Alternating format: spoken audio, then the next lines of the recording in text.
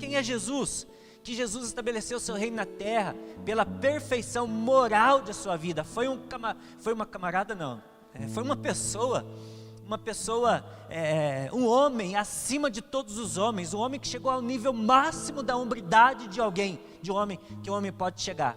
E fomos desafiados a nos tornarmos parecidos com Jesus, em todas as áreas, porque Jesus viveu uma vida equilibrada moralmente em todas as áreas. Mais do que isso, Ele provou ser poder de Deus para a salvação de todos aqueles que nele crê.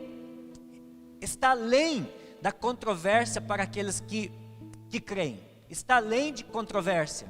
Para os que não creem, Ele é um personagem mais controverso da história humana.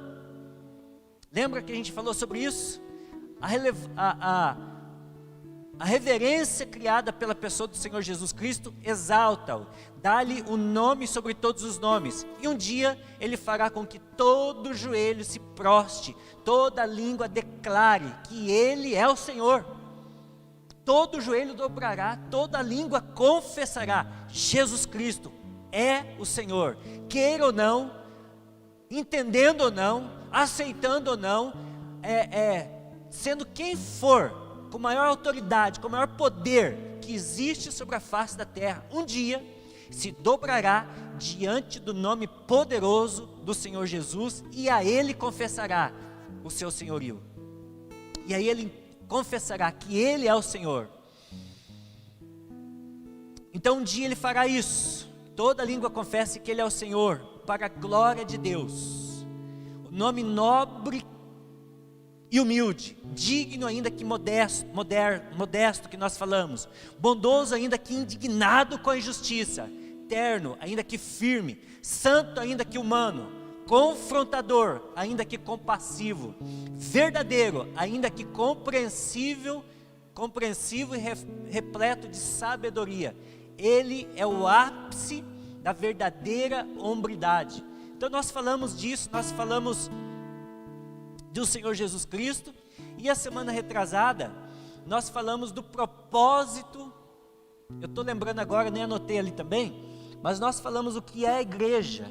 Lembra que nós começamos falando sobre o que é a igreja? Que a igreja, mais do que uma organização, ela é um organismo vivo, mais do que o CNPJ registrado lá registrado na Receita Federal, sei lá onde que faz isso aí, né?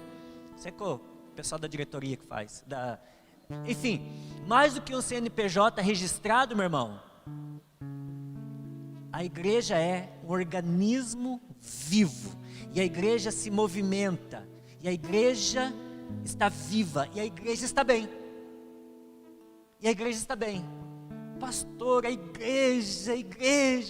Que igreja? De quem que você está falando? A igreja, o qual Jesus é o Senhor, que é o cabeça, ela está bem, saudável, avançando, crescendo, manifestando o reino. A igreja verdadeira, em que Jesus é o Senhor, está ótima, está muito bem, obrigado, está muito bem. E nós falamos um pouco a respeito disso. Essa igreja é que vai estar com Jesus. Essa igreja é que estará eterna. Nós falamos que a igreja é eterna. Essa igreja estará eternamente junto de Deus. Essa igreja. Pastor, e se eu gosto da igreja, mas não estou? Vai ficar. Vai ficar. Pastor, mas é o meu irmão que eu amo. Pois é, se ele não está inserido no corpo de Cristo, que é a igreja, que é o organismo vivo, vai ficar, no dia do arrebatamento vai ficar. A Bíblia diz que esse dia será um grande e terrível dia. Nós falamos aqui que as crianças, né, o reino dos céus será das crianças. Então, como é que vai acontecer naquele dia? As crianças estarão com o pai, e o pai dessas crianças, a mãe dessa criança, que não é parte do corpo de Cristo, vai ficar desesperada, vai se matar, sei lá o que vai acontecer com essa mãe, porque ela vai ficar desesperada, porque a criança vai estar com o pai. Imagina que o piloto do avião é convertido e ele é a igreja, e ele é corpo de Cristo, e ali só umas 20, 30 pessoas naquele avião. E naquele dia, aquele grande e terrível dia, pum, no abrir e fechar de olhos, aquela pessoa é arrebatada. O que vai acontecer com o avião? Grande e terrível dia. O marido é convertido, a esposa não. O marido é convertido, a esposa não. Ela vai ficar por aqui chorando, se lamentando. Cadê meu marido? Você consegue imaginar que grande e terrível dia será isso? Os filhos, bebês de colo sendo tirados dos seus pais porque estarão com Deus, e os pais ficando aqui. Nós falamos um pouquinho a respeito disso. Foram tantos e tantos e tantos ensinos, queridos, que nós podemos, pela graça de Deus, pela misericórdia de Deus, trazer a essa comunidade, a essa igreja, que se nós aplicássemos pelo menos vou aí, chutar, uma parte muito pequena, 10% desses princípios, a nossa vida, nossa caminhada com Deus, nosso entendimento das coisas de Deus, a revelação de quem Deus é, a revelação do que Deus quer para nós, a revelação do que Ele quer que eu faça, nós estaremos muito, mas muito além de que nós estamos hoje. Eu tive que reconhecer diante de Deus e chorar arrependido por isso, e agradecer pela misericórdia de Deus, que ainda assim, Ele conta comigo, Ele conta contigo. Eu quero dar continuidade a essa conversa, a esse assunto hoje, a esse tema hoje, mas com muito temor, com muito cuidado, sabe? Para não ferir o teu coração com relação a esse assunto. Porque às vezes a gente pode até, pastor, mas o que você está falando? Não estou gostando dessa conversa. É para que nós acordemos, porque não é um assunto tão gostoso, fácil da gente digerir, mas nós precisamos falar sobre isso. O que é a igreja? Novamente, dando continuidade a esse tema, se você procurar saber, vai entender que igreja é todo conjunto de pessoas que aceita Jesus como seu Salvador e seguem a Ele. Nós falamos desse tema quando falamos do discipulado. Igreja é um conjunto de pessoas que aceitaram a Jesus como Salvador e segue Jesus. Igreja é isso. Cada crente é parte da igreja. Cada pessoa é uma parte da igreja. Na Bíblia, a igreja não é um edifício. A igreja é um conjunto de pessoas. Vou dar só algumas definições aqui para vocês antes de nós falarmos do que a Bíblia fala realmente. Igreja significa assembleia, significa congregação. A igreja é um conjunto de pessoas que se reúnem para juntos seguirem a Deus. A igreja é uma comunidade. Tudo isso é igreja, muito mais outras definições, mas só essas aqui para a gente pegar uma linha de raciocínio. A Bíblia diz que a igreja é. O que a Bíblia diz que a igreja é? Todos os crentes, todos os salvos de todo mundo, do passado, do presente e futuro, formam a igreja e estão eternamente ligados através de Jesus Cristo. Todos os crentes, do presente, do passado e daqueles que ainda virão a crer no Senhor Jesus, formam a igreja. Formam a igreja. 1 Coríntios capítulo 1, versículo 2 diz, afirma isso que eu estou te falando. A igreja de Deus que está em Corinto, aos santificados em Cristo Jesus e chamados para serem santos, juntamente com todos os que, em toda parte, invocam o nome do nosso Senhor Jesus Cristo. Então, todos aqueles que invocam o nome do Senhor Jesus Cristo, que tem Jesus como Salvador, que confessa Jesus como Salvador, é igreja. Seja aqui, seja no Japão, seja na China, na Conchichina. Existe Conchichina? Não, né? Em toda parte que confessa Jesus como Senhor, é igreja. É corpo. Assim diz 1 Coríntios capítulo 1, versículo 2. Então todos os crentes que são salvos, todo mundo, um grupo de crentes, ainda diz que é um grupo de crentes, quando 2 ou mais pessoas se reunirem no nome de Deus, formam uma igreja local, ou seja, é uma pequena parte da igreja total. Quando 2 ou mais, quando 2 ou 3, uma pequena parte, uma pequena célula, um pequeno grupo de pessoas, uma parte do corpo de Cristo que se reúne, é a igreja que está junta, ainda que seja um grupo pequeno. Hoje em dia, querido, o lugar onde a igreja se reúne regularmente também é chamado de igreja. Então a gente também chama esse espaço aqui de igreja, tá? É normal, não tem problema você falar, pastor, eu vou para a igreja hoje. Ok, é aceito falar isso. Na verdade, o edifício, isso aqui não é a igreja.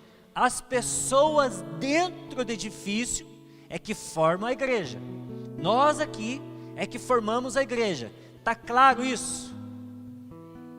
É bem fácil de entender dessa forma, né? E aí eu fui ver outra coisa também. Qual que é a relevância? Por quê? Qual é o papel? Qual é a relevância? Por quê da igreja? Deus instituiu a igreja.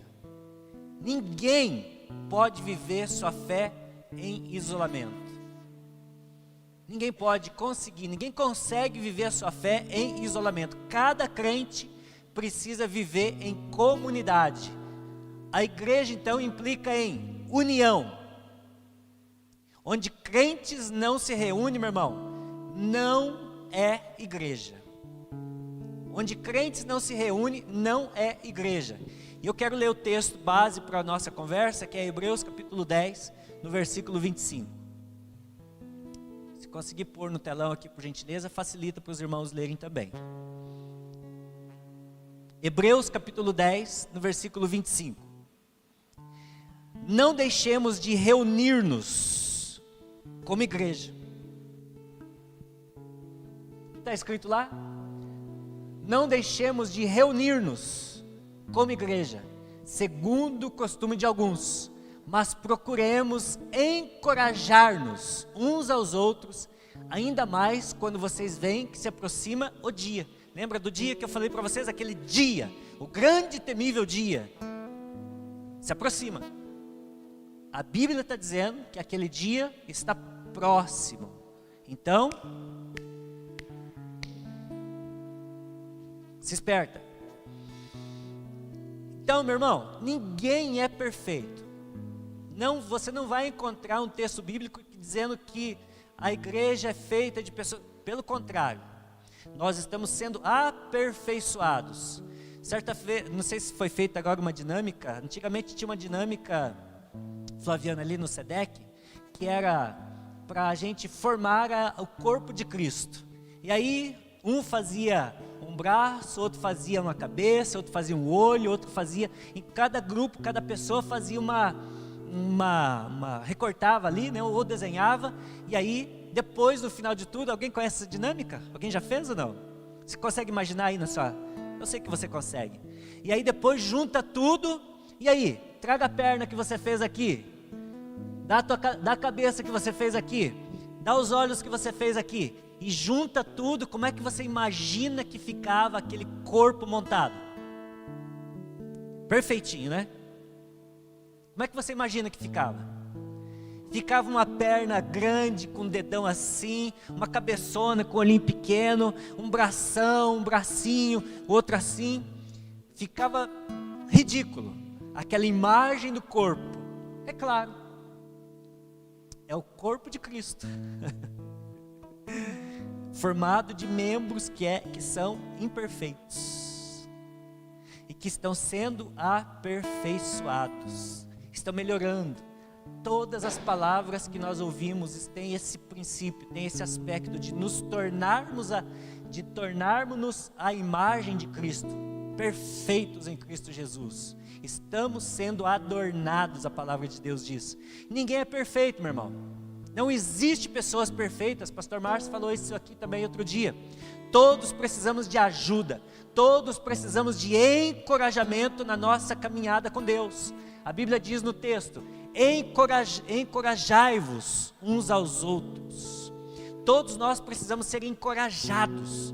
E aí, meu irmão, chacoalhados. E aí, como é que você está?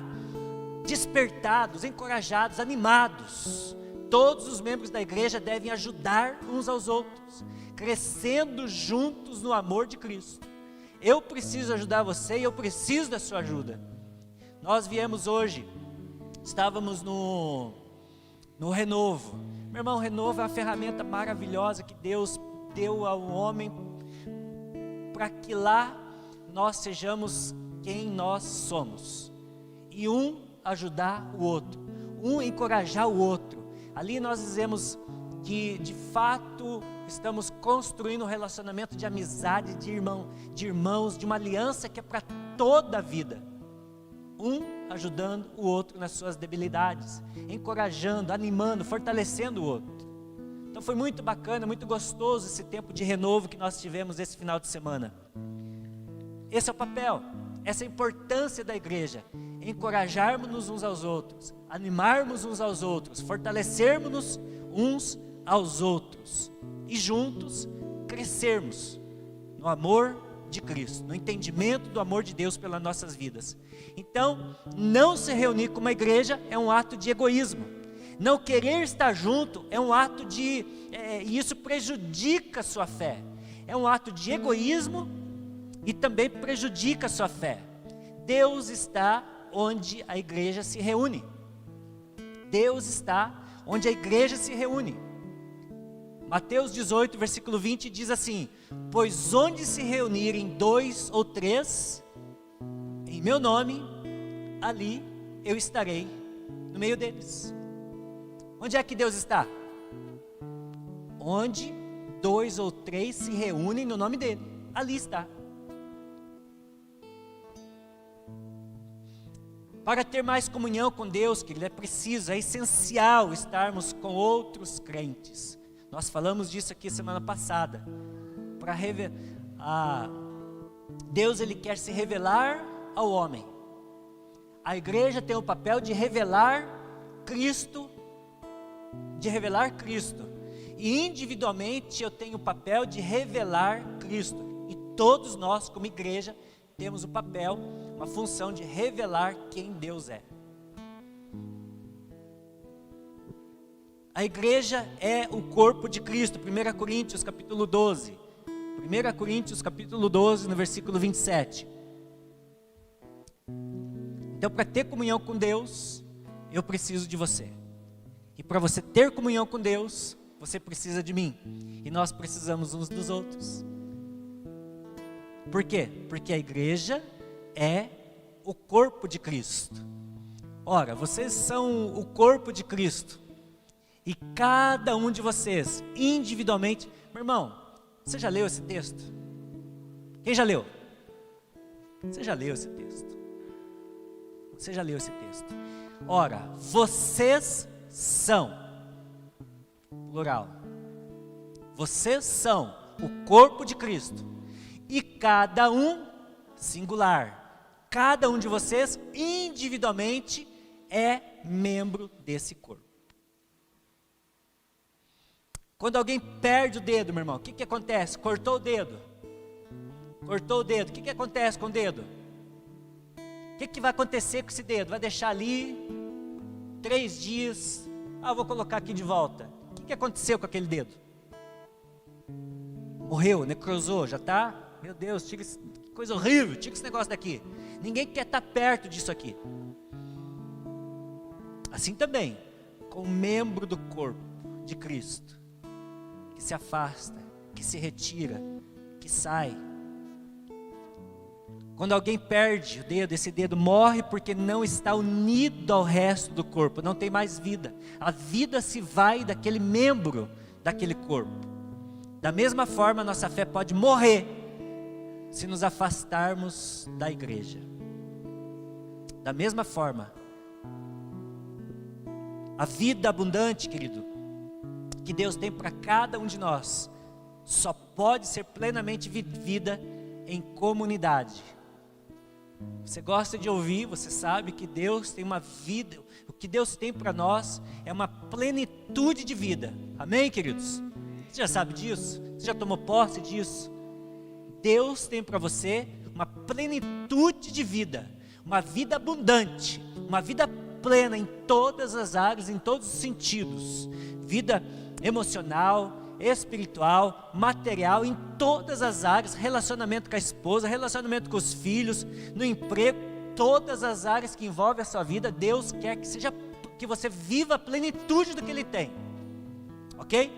Mas essa plenitude, ela só pode ser vivida em comunidade, como a plenitude de Deus, só pode ser vivida em comunidade, em igreja. Em igreja. Pastor, mas quem foi o artista? Quem foi o pastor, o apóstolo, o profeta? Quem foi que teve essa ideia de criar a igreja, de formar a igreja e pensar e falar que tem que ser dessa forma? A igreja foi fundada por quem, pastor? A igreja foi fundada, nós falamos isso aqui também esses dias. Que a igreja, quem teve essa ideia, o cristianismo, foi fundada por uma pessoa que se chama Jesus de Nazaré. Jesus de Nazaré. E o cristianismo, nós falamos que se difere de todas as religiões que você conhece e as que você não conhece, por quê? Todas as outras religiões, o seu seguidor exige que você siga os seus dogmas, as suas doutrinas, e você seguindo as suas doutrinas, os seus dogmas, aí então, por alguma misericórdia, eles pregam dessa forma, que você encontrará uma vida diferente, vai alcançar um nível, enfim. Somente o autor do cristianismo, somente Jesus diz: vinde a mim. Os outros não, os outros dizem, você precisa fazer isso, aí quem sabe você vai ser salvo.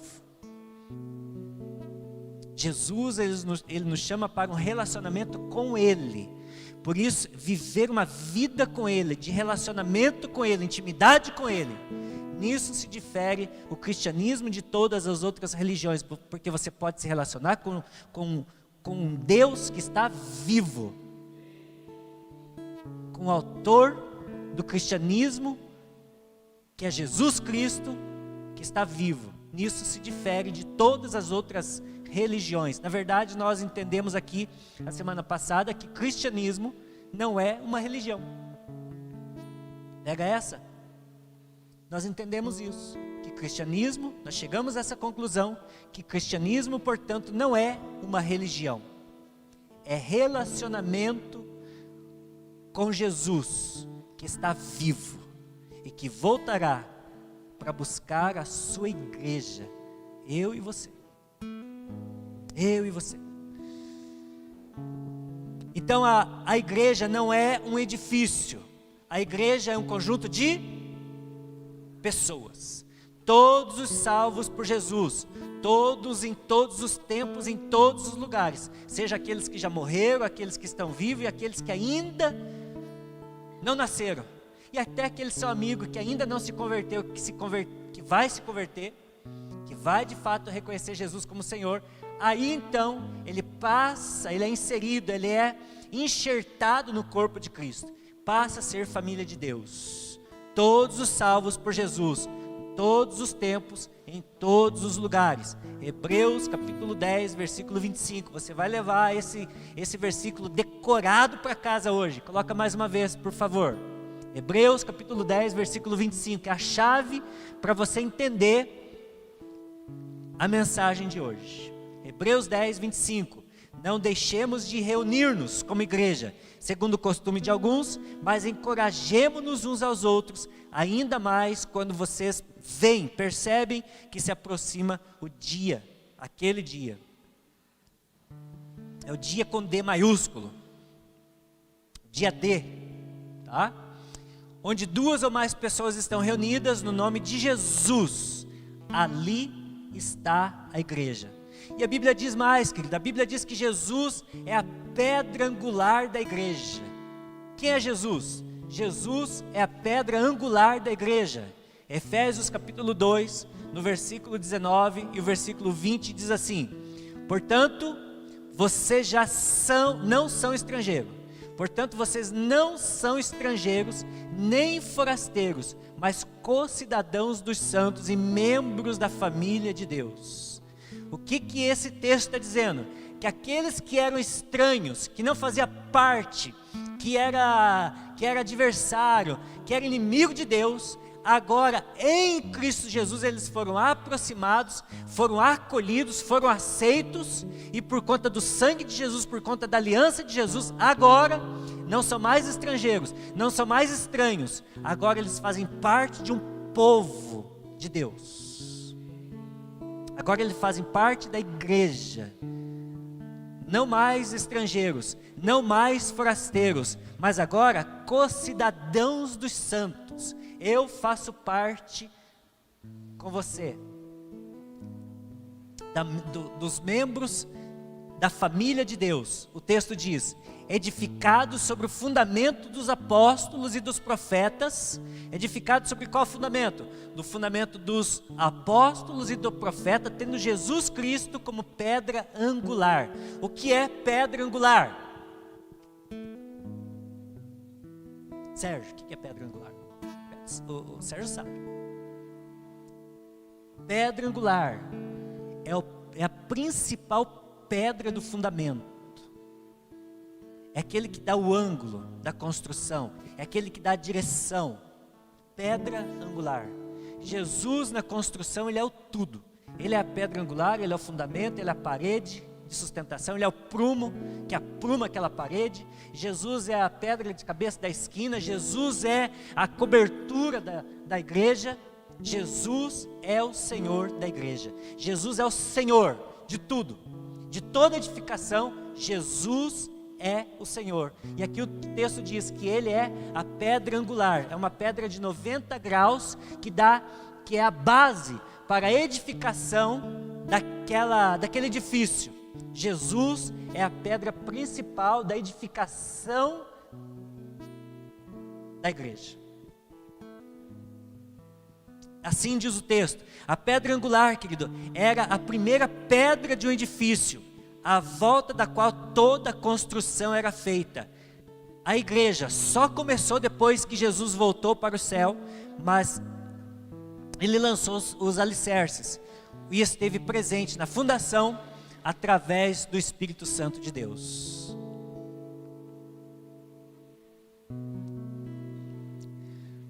Vamos avançar um pouquinho na compreensão ainda, trabalhando esse texto. Quando é, pastor Márcio? Esse é tema para o Flaviano trazer para vocês e esmiuçar mais, ele que vai atrás disso. Eu só estou trazendo assim algumas pistas para vocês, colocando assim como é que chama aquilo que é antes da entrada principal? Um aperitivo para você. Depois vai buscar o Flaviano, vai se deitar em cima desse texto para estudar o que é isso. Quando é que a igreja foi fundada, pastor? Oficialmente fundada no dia do Pentecoste, quando o Espírito Santo desceu sobre os apóstolos, sobre os discípulos. Atos dos Apóstolos, capítulo 2, versículo 1 ao 4, diz assim: chegando o dia de Pentecoste, estavam todos dispersos, juntos, reunidos num só lugar. E de repente veio do céu um som como de um vento muito forte e encheu toda a casa na qual estavam assentados. Atos capítulo 2, no versículo 1 ao 4. Atos 2, versículo 1 ao 4. E viram o que parecia línguas de fogo, que se separaram e pousaram sobre cada um deles. Todos ficaram cheios do Espírito Santo e começaram a falar em outras línguas, conforme o Espírito os capacitava. Queridos, nesse dia a igreja começou a exercer as suas funções. Nesse dia, oficialmente, estabeleceu-se a igreja do Senhor Jesus, quando do alto o Espírito Santo desceu sobre cada um deles, sobre cada um daqueles discípulos que estavam reunidos. E o que eles começaram a fazer? Começaram a pregar o Evangelho. O que eles começaram a fazer? Eles começaram a discipular, começaram a trazer pessoas para Jesus, pregando o Evangelho, começaram a discipular, ensinando a viver para Jesus, ensinando as pessoas que agora você não vive mais para si, agora você deve viver para Jesus, fortalecendo aqueles homens, fortalecendo aqueles discípulos, corrigindo aqueles discípulos, ajudando aqueles discípulos, tudo em união, tudo em união. Então eles começaram a pregar o Evangelho, e eles começaram a discipular, a ensinar aqueles homens. Os 12 apóstolos foram os primeiros líderes da igreja, porque tinham sido treinados, porque tinham sido ensinados, passaram pela escola de Jesus, foram treinados, discipulados por Jesus para isso. Por isso eles puderam assumir a liderança, foram os primeiros líderes da igreja naquela ocasião. A igreja não tinha nenhum edifício próprio. Não tinha um edifício próprio. E por isso as pessoas se reuniam em casas, e as pessoas se reuniam em lugares públicos na cidade de Jerusalém. Elas não tinham um lugar próprio. O que tinha naquela época eram as sinagogas. Então eles se reuniam nas casas, ou então em algum lugar público. Até que surgiu a necessidade de organizar a igreja, um lugar. Atos dos Apóstolos, capítulo 2, no versículo 46 ao 47, diz assim: todos os dias continuavam a reunir-se no pátio do templo. Não se reuniam no templo, eles se reuniam no pátio do templo, lugar público. O que eles faziam? Partiam o pão em suas casas e juntos participavam das refeições com alegria e singeleza de coração, louvando a Deus e tendo simpatia de todo o povo. E o que aconteceu? E o Senhor lhes acrescentava todos os dias os que iam sendo salvos, iam sendo acrescentados. Foram também os apóstolos que deram a primeira estrutura, então, formal, a primeira igreja em Jerusalém. Como a igreja de repente ficou com muitas pessoas, imagina, na primeira pregação 3.000 pessoas, depois uma outra pregação 5.000 pessoas, como é que vai cuidar dessa gente? Como é que vai estruturar isso? Como é que vai dividir isso para que ninguém fique desprotegido ou sozinho, para que formar grupo de pessoas para que eles possam aprender a ser ensinados também. Então eles começaram a estruturar a igreja. Atos dos Apóstolos, capítulo 6, versículo 2 ao 4. Então aqui vai ensinar o seguinte, que como a igreja começou a crescer, cresceu muito, e os apóstolos, eles não conseguiam atender toda a demanda sozinhos. Então o que eles fizeram? E por tudo isso eles escolheram algumas pessoas para tratar dos assuntos administrativos, tratar da distribuição da comida, por exemplo, para atender as viúvas, para atender o pobre, para atender o órfão, alguns assuntos que eles não davam conta, a demanda era muito grande, enquanto eles se dedicavam única e exclusivamente à oração e ao ensino. O texto diz assim: por isso os 12 reuniram todos os discípulos e disseram: não é certo negligenciarmos o ministério da palavra de Deus a fim de servirmos às mesas. Tem alguma coisa errada em servir às mesas? Não. Tem alguma coisa errada em... Eu posso organizar as cadeiras? É claro que eu posso. Mas não dá conta de tudo. Então precisa que outras pessoas nos ajudem a fazer isso. E para que eles pudessem enfiar a cabeça nos ensinos de Jesus, aprender, se aprofundar mais, buscar o Espírito Santo, a revelação da palavra e transmitir, ensinar a outros discípulos, a outros homens. Então o que eles fizeram? Irmãos, escolha entre vós 7 homens de bom testemunho, cheios do Espírito Santo e sabedoria. Passaremos a eles essa tarefa e nos dedicaremos à oração e ao ministério da palavra, ao ensino da palavra, servindo a palavra. Quando surgiram debates, grandes debates, o que eles faziam? Assuntos difíceis de se resolver, difícil de tomar decisão, que precisava de mais pessoas para tomar decisão. O que eles faziam? Eles se reuniam em concílio para tomar uma decisão diante de algum problema grave, um problema difícil de se resolver. Eles tomavam decisões em conjunto. Surgiu assim a liderança mais sólida, a liderança mais organizada na igreja. E a partir de Jerusalém, os apóstolos guiaram a fundação de mais outras igrejas locais em várias partes do mundo. A partir dessa primeira igreja em Jerusalém, que faziam todas parte da grande igreja de Jesus. A partir de então, se espalhou e eles foram para outros lugares, outros ambientes, formar outros grupos de pessoas.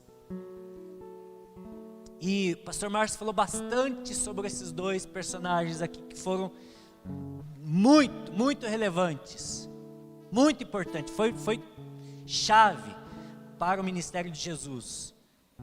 Primeiro, o pastor Márcio ensinou para nós aqui esses dias a respeito do que houve com Pedro, o que precisou acontecer na vida de Pedro, a cura que precisou haver na vida de Pedro para que Pedro pudesse cumprir algo que Jesus estava confiando a ele. Jesus estava confiando a ele algo muito grande e Pedro precisava passar pela cura, se sentir capaz de novo para poder executar uma tarefa que Jesus estava dando a ele. Pedro foi um dos fundadores da igreja, mas não foi o fundador. Tá? Pedro foi um dos alicerces ali, mas ele não foi o fundador. E nos primeiros tempos da igreja, ele foi o porta-voz dos apóstolos, ele tomou isso para si, por ser mais ousado no falar, mas ele nunca assumiu como líder supremo da igreja. Ele não fez isso, ele nunca tomou esse papel para ele. Ele não fez isso.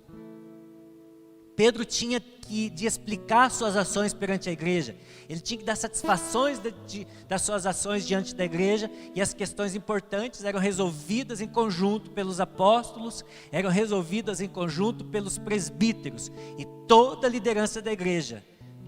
Ele não tomava, ele não fazia nada, ele não era o cara, o supremo, aqui eu falo e vocês me obedecem. Não, ele não tomou isso para si. Eu falo agora e todas as igrejas vão seguir o que eu estou falando. Vocês estão compreendendo o que eu estou falando contigo?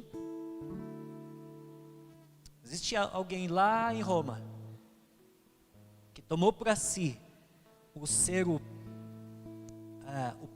Papa da igreja. Papa significa pai da igreja. E ele fala, e aquilo que ele fala, toda aquela instituição precisa acatar. Pedro não assumiu isso para ele não trouxe isso para ele. Ele não fez isso. Alguém organizou de tal forma e elegeu alguém para, você vai ser o nosso porta-voz aí. Por um tempo, Pedro fez isso, por conta da ousadia, por conta do estilo de Pedro. Olha o que o texto diz em Atos 15, versículo 2.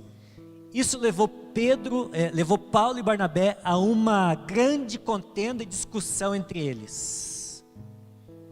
Houve uma grande briga, discussão, uma boa briga, né?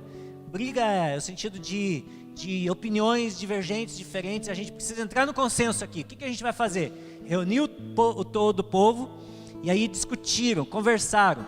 Assim Paulo e Barnabé foram designados juntamente com outros para irem a Jerusalém tratar dessa questão com os apóstolos e com os presbíteros. Ele não chamava a responsabilidade sozinho. Reuniam o concílio então e todos tomavam decisões.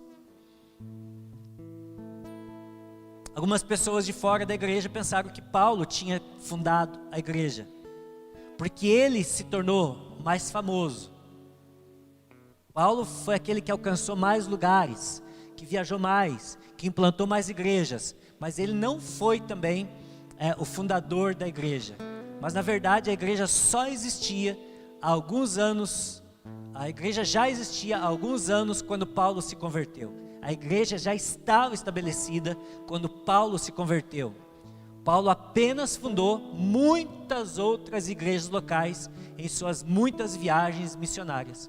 Esse foi o papel de Paulo.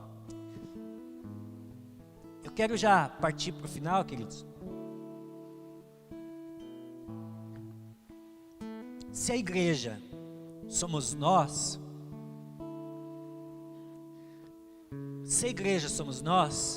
por que eu tenho que ir à igreja? A igreja é isso aqui. Se a igreja somos nós, por que eu tenho que ir à igreja?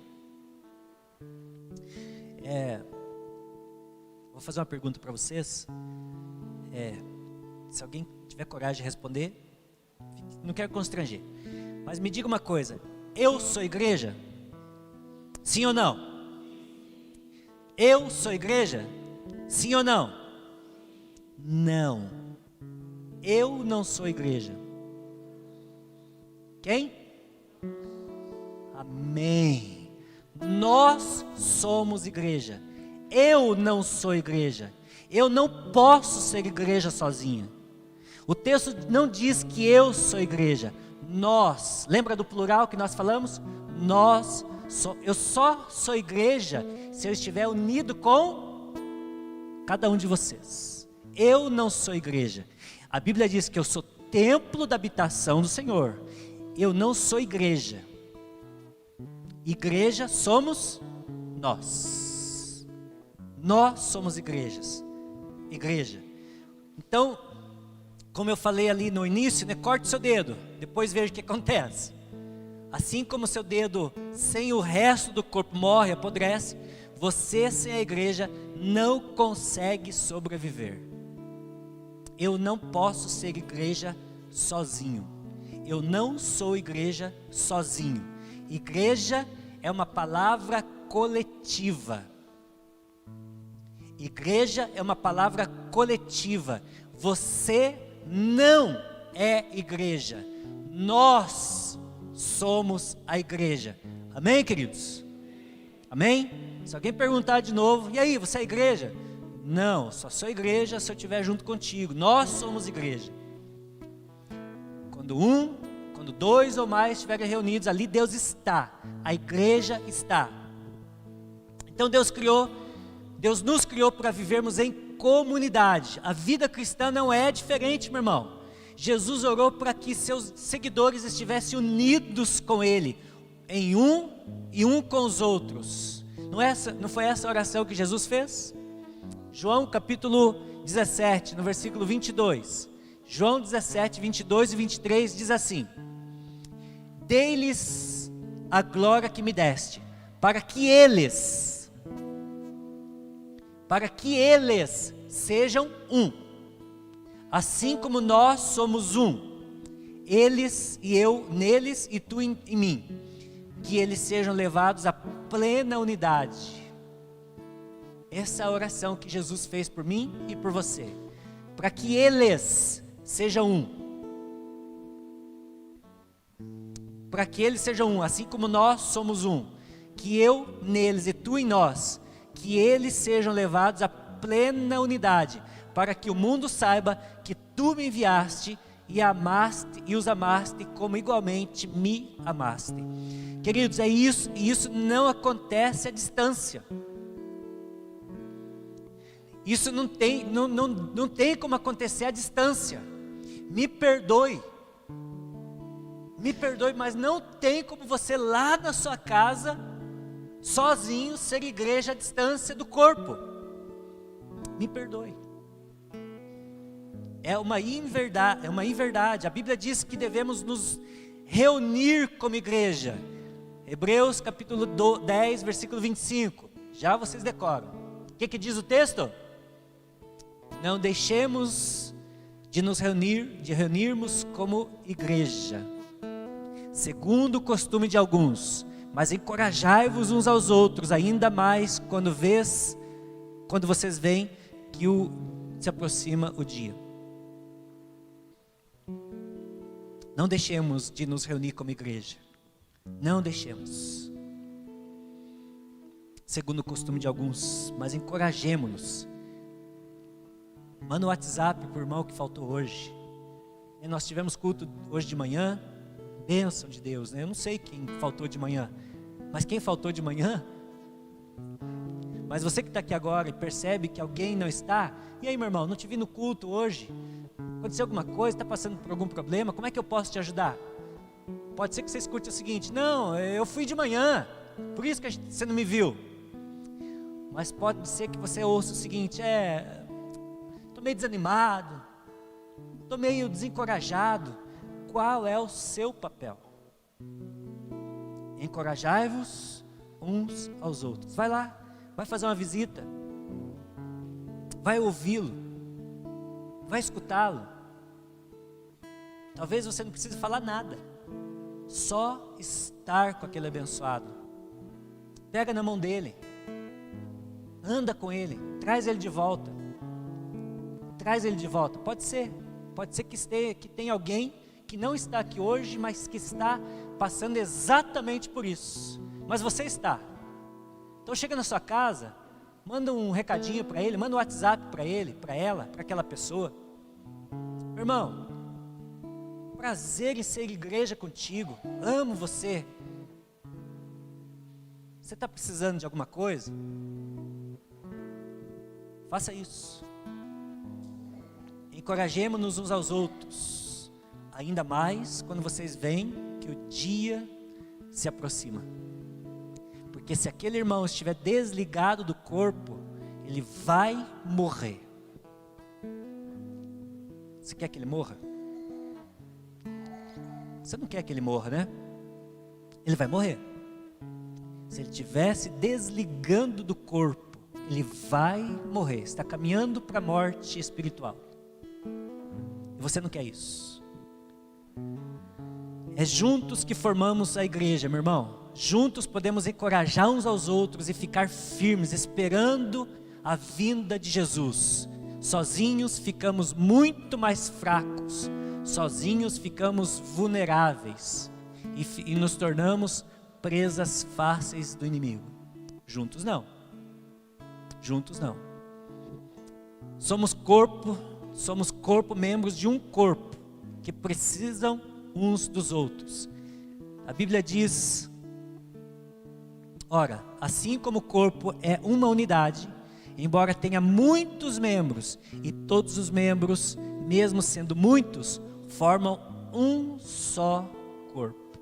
Assim também com respeito a Cristo, pois em um só corpo, todos nós fomos batizados em um único Espírito, quer judeus, quer gregos, quer escravos, quer livres, e a todos nós foi dado beber em um único Espírito. O corpo não é composto de um só membro, mas de muitos. Muitos. Você não pode ser corpo de Cristo sozinho. Você não é igreja sozinho.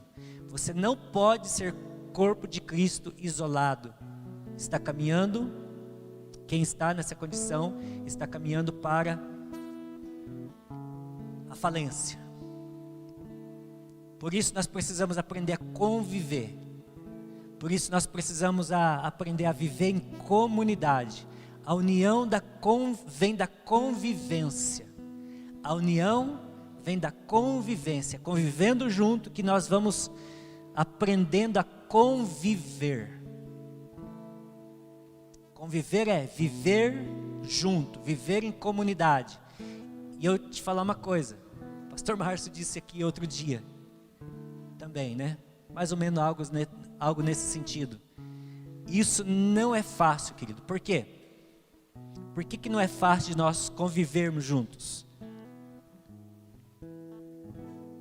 Por que não é fácil? Porque ninguém é perfeito. Nós não pensamos igual. Nisso está a beleza do corpo de Cristo. Nós não pensamos igual. Então, o que eu estou te falando não é uma coisa fácil de se fazer. Só é possível em Cristo Jesus. Por quê? Porque você não é perfeito. Nós não somos perfeitos. Sim, querido, também é difícil de conviver com você. Depois você me dá um abraço ali, no final. Também não é fácil de conviver com você.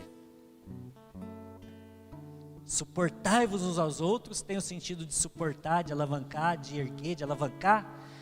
Mas a gente pode aplicar no sentido de tem que suportar também. Vocês vão ter que me suportar, porque se você quiser ser igreja, corpo de Cristo, nós vamos ter que conviver juntos. Suportarmos uns aos outros, para que a gente possa conviver bem. No relacionamento conjugal não é assim também? Quase que perguntei para o Didio, o que o Didio sabe? Não é assim também para os que são casados? Um dia você está amando aquela pessoa, né? Tudo, olha para ela, é coraçãozinho. Eu estou nessa fase com a minha esposa agora, né? Gostoso, conviver. Acho que ela está mais sensível. Um beijo para ela, acho que deve estar ouvindo agora. Está sendo transmitido, né? Vou fazer uma média com ela. Então ela, desse mês agora está tão sensível, ela fez a cirurgia, está se recuperando, está lá sensível. Um doce de pessoa, um dengo. Nossa, delicada, né? Mas não tem dia que você quer matar a outra pessoa? Fala a verdade. Claro que sim. Claro que sim. Não vem com essa conversa não para cima de mim. Tem dia que você está amando. Tem dia que você não quer ver na tua frente. Esses dias ela falou isso para mim. Vai trabalhar, querido. Vai trabalhar. Com muito jeitinho ela falou assim para mim, né? Acho que tem dias que eu não sou fácil. Conviver. Nós precisamos aprender a conviver. Você não é uma pessoa fácil de lidar. Eu não sou. E a gente precisa aprender a conviver junto. Como é que vai ser no céu? Eternamente. Eu não sei como é que vai ser. Mas se nós não exercitarmos isso aqui agora, alguém de nós não vai. Se eu não suporto você, se eu não aguento você, se eu não tenho paciência com você, se eu não posso olhar para a tua cara, e se o problema pode estar em mim, ou pode estar em você. Um dos dois não vai, ou os dois não vai. Se nós convivermos nesse tipo de comportamento.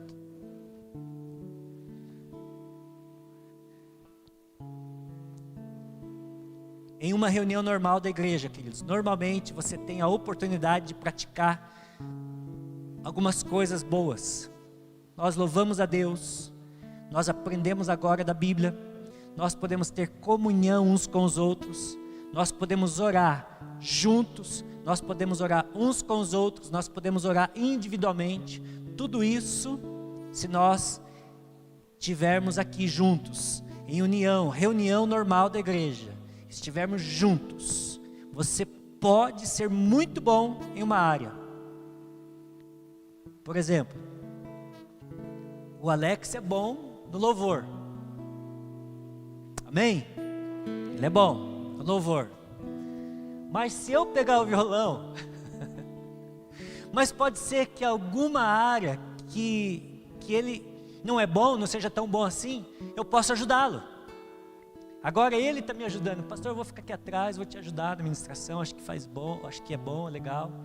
O pessoal se conecta melhor. Falei, legal, cara, nem sabia disso. Nem sabia disso. Ele falou que é bom e eu estou achando que é legal mesmo. Mas pode ser que em alguma outra área ele precisa que eu ajude. Mas ter dificuldade em outra, querido, pode ser que eu tenha dificuldade em outras. Quando você vem à igreja, você sabe que vai crescer. Quando você vem à igreja, você tem a oportunidade de estar crescendo em várias áreas da sua fé. Não deixamos, Hebreus 10, o que que diz o texto? Você já decorou? Não deixemos de reunir-nos como igreja, segundo o costume de alguns, mas procure encorajar-nos. Procuremos, encorajar-nos uns aos outros, ainda mais quando vocês veem, percebem que se aproxima aquele dia. Eu posso orar com você? Você pode orar comigo? Alguém pode orar comigo? Você pode se colocar em pé. Vamos orar uns pelos outros.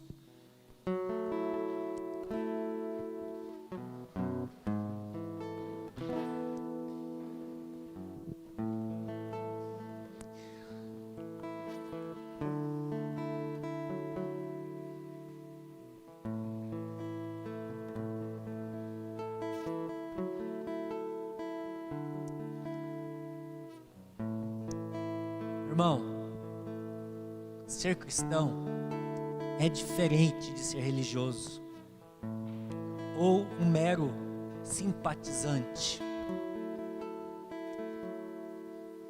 Ser cristão envolve ter compromisso real com Jesus Cristo. Ser cristão envolve ter um compromisso real com Jesus, com a sua palavra, relacionar-se com Ele, buscar conhecer quem é Jesus. E à medida que você vai tendo a revelação de quem é Jesus, você transmite essa revelação a outras pessoas. Ser cristão é diferente de ser religioso ou simpatizante. Por quê? Por meio da palavra de Deus, você cresce, você desenvolve, você se aperfeiçoa. A palavra de Deus nos limpa.